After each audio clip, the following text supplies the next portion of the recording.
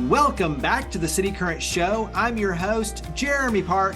We're always honored to bring you inspiring stories of individuals and organizations making a difference, empowering the good. And in this case, we're talking about Isaiah 117 House. We're honored to be joined by Virginia Roberts, Isaiah 117 House Expansion Coordinator for Shelby County. How are you doing? I'm doing great. Thank you for having me.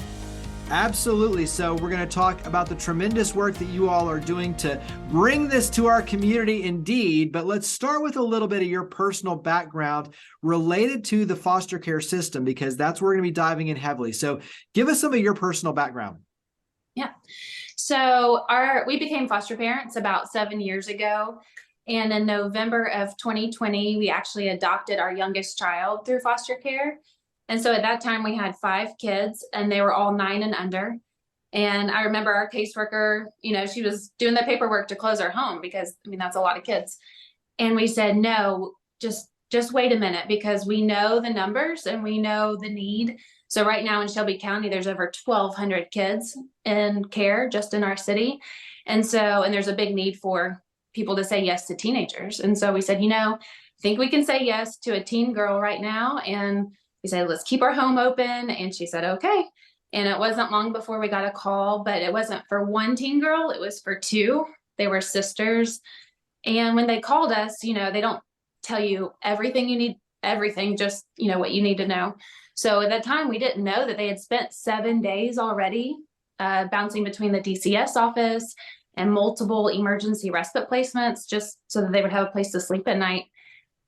They felt unloved, they felt unwanted, just really scared about the future. But thankfully we said yes. And so they came into our house that day. And then a short 6 months later, we actually adopted them at the ages of 16 and 17 into our family. So now we have 7 kids between the ages of 4 and 19.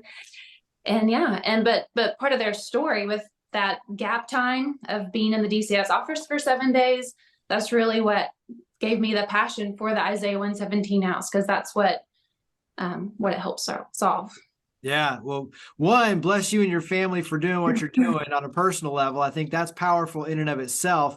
That could be a whole Changemakers podcast, down the road for sure. But talk about, because everything you're talking about is really what led Isaiah 117 House to be established and formed. So give us some background on that and where we are big picture, because this is happening in terms of a movement across multiple states and different areas. So give us some perspective as well. That's right. So this all began in 2018 in the heart of Rhonda Polson. So she's the founder and director of the Isaiah 117 House. And really, she and her husband did the 8-week class to become foster parents. And one of those classes is going to the DCS office and kind of hearing about the process of when a child's removed. And she found out that a little girl had slept on the floor of the office that night. And she said, that's not okay. This child felt unloved, and we need to change that for Carter County, which is very northeast Tennessee. And so the Lord laid that on her heart, and she rallied her county and her community, and they built a house that's this transitional house for when a child's removed, they get to go to a loving home and be loved on and get all of their needs met, while the caseworker gets to find that placement for the child. And really, it just started out for Carter County. That was she thought, oh, wow, we've done something great for Carter County. And then a guy named Mike Rowe, which you probably know, did a special on the Isaiah 117 House, and it aired, and every county and all these states were calling. And so it's spread now finally through Tennessee to West Tennessee, which was one of the big goals. There's 15 houses that are open currently across 8 different states. And there's 42 counties that are in process of getting a house open, just like Shelby County. So yes, definitely a movement. There's a huge need for it in all counties, but especially Shelby County. So when you talk about the process, the movement, give us an update of where we are for Shelby County. So we just kicked off April 30th, and it kicks off a 6-month awareness campaign. We're just trying to get the word out that what removal day is and what it looks like for children right now. And so what it looks like right now is a child is removed from their situation, but there's this gap time before they find a foster placement. It used to just be a shorter amount of time, but, post the pandemic, we're talking all day, several days. Some kids, if you're a teenager, it can be a week or more before you find placement. And in that gap time, they're spending a lot of time in the office and other places. And so we're coming alongside them to help during that gap time. And I think for the audience, putting themselves in the shoes of a youth, I mean, you're being disrupted, being pulled out, put in, and like you said, if you're in an office environment that's, there's nothing there, like you can't take a shower and get clean, for having your own personal space, TV, being able to just unwind and decompress, sit on a couch, lay in your own bed, like all the comforts of being able to have a stable environment at home. Mm-hmm. Going through the process, to me, and just like you mentioned, the love, the respect, the confidence, like all of those play a very important role in this process. And so paint the picture in terms of the house, what you're looking to create, the special opportunity for our area. Yeah, so Shelby County, we're actually the first county to get 2 houses just from the get-go. Unfortunately, just because the need is so great. But once we have the houses that are up and running, a child will be, removed from their situation, get to go straight to an Isaiah 117 house, be greeted by a volunteer whose only job it is to lavishly love on this child. So they get to make choices on a day that they don't have any other choice. So they get to choose what they want for dinner. We have volunteers who run out and get whatever they want. They can make a home cooked meal. They can take a bubble bath or a shower. They get to go to our giving room that's provided by people in the community and pick out new clothes and things that are their own, a new bag, and they can go play outside. They can just have a day on their worst day where they know that they're not alone. Yeah. Mm-hmm. Talk about the financial side, pulling all these pieces together. Let's start kind of diving into how the community can help. So talk about the financial aspects first. Yeah, so it's privately funded. So it's the community really comes together to help build this house. And so, yes, we do take donations, and we have a link tree and ways that you can donate. You can just privately donate, but we also need volunteers to help come alongside. And once the house is up and running, people to go through the training to become caregivers for these children. We need community, maybe church groups come together and say, we'll take care of the lawn, or we'll take care of cleaning the house between guests, or we're going to, our church is going to give all the shoes that, for your giving room. So there's different ways that people can help. But yeah, the donations will definitely help get the house up and running. We have a big fundraiser event November 2nd, details to be determined on that. But yeah, so there's always opportunities to give. And then we're hosting a big lemonade stand weekend, the weekend of July 14th, 15th, and 16th, to help raise awareness in the community, and then also have people opportunity to donate there as well. Talk about the significance, the name, Isaiah 117. Mm-hmm. So Isaiah 117 is a scripture, and it talks about defending the fatherless. And so we're really standing in the gap for these children who've been removed from everything that they've ever known. And we're coming alongside them on their worst day where they feel, like I mentioned, just unloved and alone. And we're coming alongside them, standing in that gap and letting them know you're not alone. We want to lavishly love on you, and it can really change the trajectory for that child. What's interesting is I think, as you mentioned, church groups and groups coming in force to be volunteers, it opens up their hearts too to build relationships with these youth. And I think that opens then the possibility for more adoptions.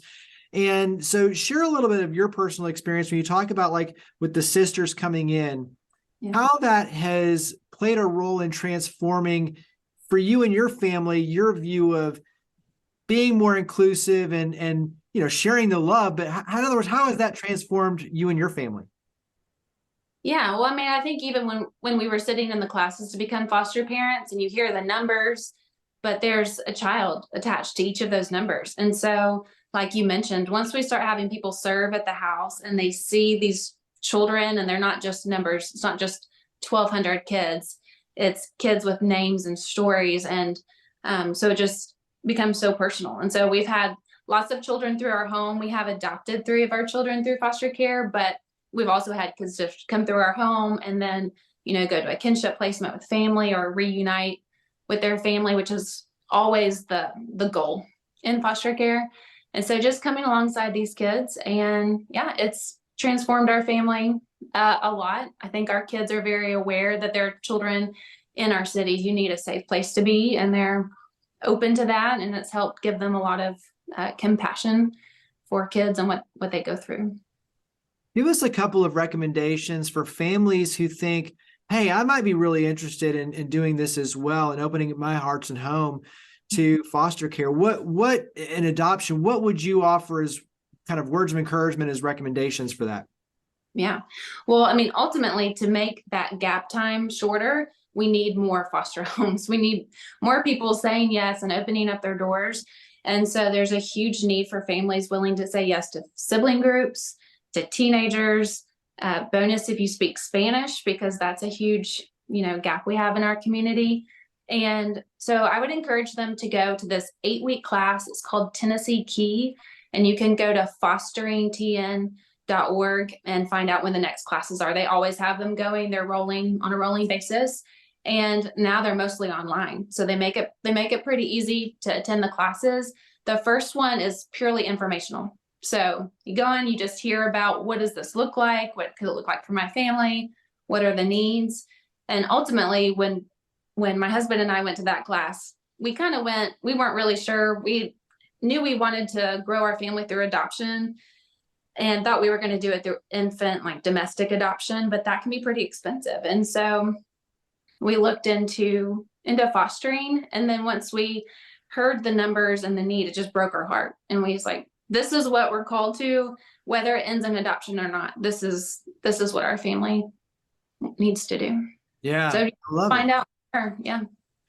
When you look at the homes for Isaiah 117, as you mentioned, 2 homes, are the homes already located? Are there ones where it's like, okay, let's get the money and then let's find the homes? Talk about that side of it. Yes. So actually, we are closing in on possibly a Midtown location, which will be very close to the DCS office, which is important because the caseworkers are constantly going to be bringing children through there. And then we're looking at possibly acquiring some land, because we'd love to have a new build. And that gives lots of opportunities for the community to, be a contractor or a subcontractor to donate supplies or labor to actually build the house. And yeah, we have building plans already that have all the, bells and whistles, the things that the house needs to operate well. So we're looking at right now for Shelby County, possibly having a house that's mostly done, just needs some tweaks, and then hopefully a new build that the community can really jump in on and help. Yeah, and I think a new build gives you so many options to customize exactly what you need and what you want. And so, as you mentioned, like the play areas, we're really having a lot of bedrooms, that don't necessarily have to be large bedrooms. So be good use of the space, but you can have a lot of small bedrooms. So you can, really help a lot of youth. And then have the, obviously the living room and, the dining room and all the important pieces and bathrooms and everything else too. But I think you can make it your own space based on the need and the demand to fit what's important for Shelby County, which is exciting. Exactly. Yeah. So we've talked about obviously the financial contributions, the need for volunteers. Go ahead and start talking about where we can go to take those first steps to get involved. So website, social media, phone number, like where do we start sending people to get them involved? Well, just generally the Isaiah117house.com is the main page, and you can look up Shelby County through there. But also I would encourage anyone to get on our social media, because it's going to have all of our local links. So on Facebook, it's the Isaiah 117 House Shelby Co TN, and then the same for Instagram. So we have all of our links on there, all of our up-to-date information for local involvement. And then we're going to have, we kicked off in April, and we're now having monthly meetings through October.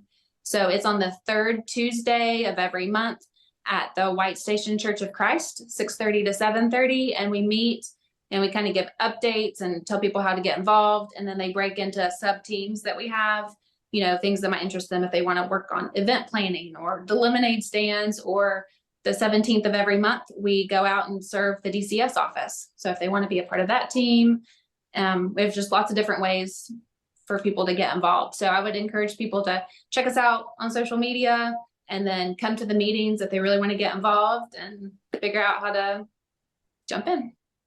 Do the monthly meetings need to be RSVP'd to in advance? So I'm thinking for those who say, hey, I want to invite friends, coworkers, family, do they need to all sign up and pre-register or just show up?